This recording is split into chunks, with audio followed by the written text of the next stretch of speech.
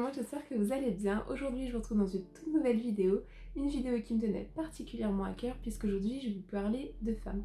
J'avais envie en fait de faire des vidéos à part qui ne seront pas dans des updates pour vous présenter un peu les livres, ce que j'ai acheté ou ce que j'ai lu récemment autour des femmes, puisque pour moi c'est des livres auxquels j'ai envie de passer du temps dessus et j'avais pas envie qu'ils soient noyés au milieu de différents livres que je vais vous présenter en update. Pour la première vidéo, on va commencer simple puisque je vais commencer par des lectures autour de portraits de femmes. Et j'espère que c'est un thème que vous aimerez et surtout qui vous donnera envie de découvrir ces lectures-là. Quoi qu'il arrive, comme d'habitude, je vous mets tous les détails des livres, donc le titre, le ou les auteurs, maison d'édition en barre d'infos. Donc si je vous précise pas, c'est juste parce qu'en fait toutes les informations sont en bas et ça m'évite par exemple d'écorcher des noms ou quoi que ce soit. Donc on va commencer avec ce que j'estime les plus connus, après je vais me tromper peut-être. Je vais d'abord vous présenter les deux BD de Pénélope Bagieux qui s'appellent Culottées. Donc on a ici hop, le tome 2 et ici le tome 1. Donc pour chacun des tomes en fait vous aurez 15 portraits de femmes qui seront dessinés puisque comme je vous l'ai dit c'est sous forme de BD. Donc ici on est chez les éditions Gallimard Jeunesse. Donc je vais vous montrer hop comme ça, voilà un peu le style de BD qu'on peut trouver. Et donc dans ces deux BD Culottées, vous aurez en fait le destin de femmes de toute époque, de tout milieu, de toutes conditions, qui en fait vont se révolter, qui vont braver les obstacles de la vie pour en fait aboutir à leur projet ou avoir la vie qu'elles ont envie d'avoir. En fait, elles vont aller contre ce que soit la société attend d'elles, soit ce que leur famille attend d'elles, soit ce que leurs conditions de femme attendent d'elles, puisque c'est des femmes qui vont aller contre ce qu'on leur demandait ou contre ce qu'elles étaient destinées à pour faire ce qu'elles avaient envie. C'est vraiment des livres très très sympas à lire. Les portraits durent seulement quelques planches. J'ai remarqué qu'entre le tome 1 et le tome 2, les portraits duraient un peu plus longtemps dans le tome 2. Mais vous avez pour les deux la même chose, hein, 15 portraits chacun. Ce que j'ai aimé, c'est vraiment le fait que ce soit des portraits extrêmement variés. Vous avez vraiment de tout. Et c'était vraiment chouette, c'est des livres à acheter, à offrir, à emprunter, à prêter, enfin vraiment des très très bonnes lectures. Le style de Pénélope Bagieux, moi j'aime beaucoup, donc c'est vrai que c'est un dessin que j'ai aimé retrouver. Au niveau de la police d'écriture, c'est extrêmement clair, enfin j'ai pas eu de soucis de lecture à ce niveau-là. Pour vous donner un peu des exemples de portraits qu'on peut trouver, vous avez par exemple une guerrière apache, une sirène hollywoodienne, gardienne de phare, créatrice de trolls, gynécologue, impératrice, rappeuse afghane, astronaute, reine des bandits, volcanologue, inventrice, journaliste d'investigation. Alors il y aura peut-être des portraits qui vont dire je vois pas en quoi c'est exceptionnel, mais maintenant intéressons-nous à l'époque et vous verrez peut-être en quoi c'est exceptionnel par exemple d'être gynécologue ou par rapport au pays. Vous apprenez beaucoup, c'est pas des livres en fait qu'on lit forcément d'une traite, on peut aussi les lire d'une traite, mais on peut aussi picorer des portraits un peu comme ça, c'est vraiment chouette. Ici j'ai les deux tomes et je crois que Gallimard Jeunesse a fait un intégral directement et vous avez les deux tomes. Quoi qu'il arrive, vous les trouvez facilement en librairie et c'est vraiment des chouettes livres, je vous les conseille fortement. Alors ensuite on est sur à peu près la même chose, sauf que là on est sur des femmes de notre époque qui sont toutes francophones. Donc ici je vous présente Drôle de femmes, l'humour et leur métier, donc aux éditions d'Argo. Et ici en fait vous allez en fait suivre l'interview de ces femmes là et c'est vraiment assez sympa puisqu'en fait au lieu d'avoir une interview retranscrite par exemple dans un magazine, ici en fait vous avez toute l'interview présentée et c'est vrai que l'auteur est elle-même en fait représentée, donc c'est assez sympa. On n'est pas du tout ici sur du scoop, hein, ok, ouais, parce que j'ai dit que c'était une interview qu'on peut trouver dans les magazines. Ici l'auteur va les rencontrer en fait pour parler de leur métier, comment elles en sont arrivées là.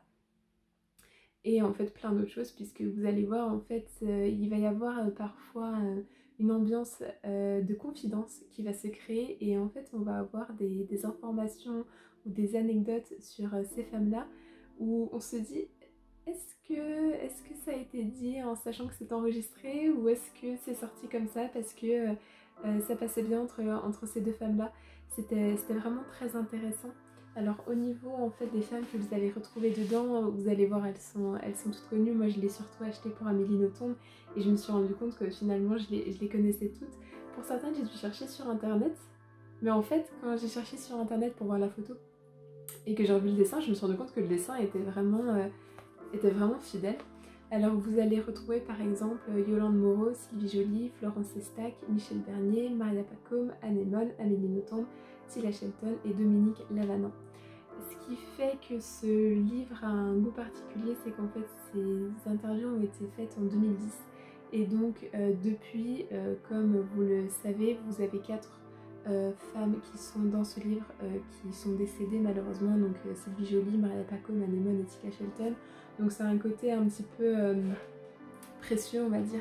Je sais que certains de ces interviews ont été diffusés sur France Culture. Je ne suis pas allée les voir personnellement, mais ça peut être aussi bien d'aller les voir avant si vous hésitez sur ce livre.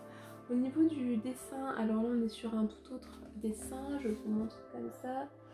C'est un autre style, mais moi qui me dérange pas, c'est vrai que j'avoue que j'ai plutôt bien aimé. Au niveau de la police d'écriture, c'est juste là le petit point un peu qui a été difficile pour moi, c'est qu'il y a certaines phrases qui ont été un peu difficiles à déchiffrer. Alors c'est pas l'entièreté du livre, je vous rassure. On prend vite le coup de main en fait à lire, et c'est juste que voilà, moi j'ai pas non plus forcément l'habitude de lire on va dire des écritures manuscrites, mais ça se fait quand même, c'est juste que des fois on bute un peu sur une phrase. C'était vraiment intéressant, surtout que là pour le coup ces femmes-là je les connaissais, alors je les connaissais dans Culotté aussi, il y a certains personnages qu'on connaissait, enfin certaines femmes, mais c'est vrai que là elles nous parlent toutes puisqu'on les a déjà vues à la télé, dans des films où on les connaît, donc c'était encore plus intéressant. Le dernier portrait a malheureusement quelque chose de frustrant, je pense que ceux qui le liront comprendront, mais je pense qu'il a été retranscrit de manière assez fidèle pour autant. Je vous le conseille aussi, c'est vraiment une très bonne lecture, vous apprenez beaucoup, vous voyez ces femmes-là autrement aussi en apprenant ces choses-là, et c'est super intéressant. Moi je l'ai, comme je l'ai dit, pris pour Amélie Nothomb. Vous la retrouvez dans les bureaux d'Alba Michel, mais vraiment fidèle à elle-même, donc c'était vraiment sympa. Ensuite je vous en présentais un que j'ai pas aimé, voilà. Je vais faire un peu toute la sélection de livres que j'aime, mais aussi ceux que j'ai pas aimés. Je l'ai gardé en fait pour vous présenter, mais je vais m'en séparer puisque je n'ai plus l'intérêt. Donc c'est celui-là, Les sorcières de la littérature, 30 écrivaines au pouvoir extraordinaire, aux éditions Autrement. Alors pourquoi ce livre? En fait je suis passée complètement à côté, je vais déjà vous montrer comment il se présente. Alors vous avez en fait pour chacun des portraits, vous avez un portrait dessiné qui est toujours très très beau. Pour le coup là au niveau de l'illustration c'est toujours très bien fait. Et en fait au niveau de l'écriture vous avez là donc tout un paragraphe qui est écrit par l'auteur. Puis ici vous avez un petit paragraphe où vous apprenez des informations en fait sur ces femmes-là. Donc c'est plutôt un résumé de la vie de la personne, ce qu'elle a fait, voilà les quelques lignes que vous pouvez trouver par exemple sur internet en tapant le nom. Et ensuite des petits conseils de lecture. Donc comme vous pouvez le voir, ce premier paragraphe c'est vraiment la moitié du livre en fait. Et le problème c'est ce paragraphe là. Alors je sais pas s'il se veut métaphorique, philosophique, imagé, quoi que ce soit. Je l'ai pas compris en fait.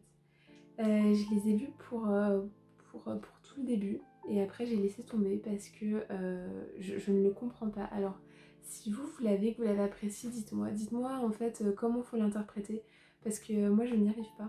Si vous hésitez en fait à l'acheter, feuilletez-le et lisez ce premier paragraphe pour voir s'il vous parle. Parce qu'en fait moi, étant donné que je suis passée à côté de ce paragraphe qui représente la moitié du livre, je vois pas l'intérêt de le garder en fait, je ne l'ai pas compris.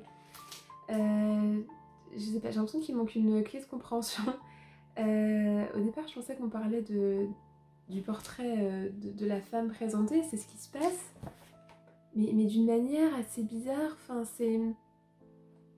Je sais pas comment vous expliquer, c'est... On nous parle de manière imagée ou... Je comprends pas. Voilà, ça, je suis hyper déçue parce que le livre était hyper prometteur et j'avais envie d'apprendre des choses. Malheureusement sur ces femmes-là, j'ai 4 lignes, 4 ou 5 lignes à chaque fois et j'apprends pas forcément quelque chose de nouveau ou des anecdotes ou quoi. Et j'ai ce premier paragraphe où je ne le comprends pas, donc voilà, malheureusement je vais le revendre et voilà, c'est peut-être un livre qui peut vous intéresser, que vous pouvez aimer quoi que ce soit, lisez ce paragraphe. Après si vous voulez juste le posséder en tant que livre-objet, bon, soit. Mais moi c'était pas du tout un coup de cœur et ouais, il va disparaître de ma bibliothèque assez rapidement. Et là je vais finir par le coup de cœur qui est V comme Virago. Et donc là c'est aux éditions First Edition. Alors en fait à la base c'est une chaîne YouTube présentée du coup par OGG. Et je vous conseille fortement d'aller sur cette chaîne YouTube puisqu'en fait vous allez avoir des vidéos sur chaque portrait de femme que vous pourrez pour certains retrouver dans ce livre-là. Les vidéos sont très bien faites, elles sont assez courtes et vous apprenez beaucoup. Et cette chaîne maintenant est finie, ils feront plus de nouvelles vidéos justement parce qu'ils ont fait ce livre-là. Dans ce livre-là vous avez 70 portraits de femmes qui sont présentés.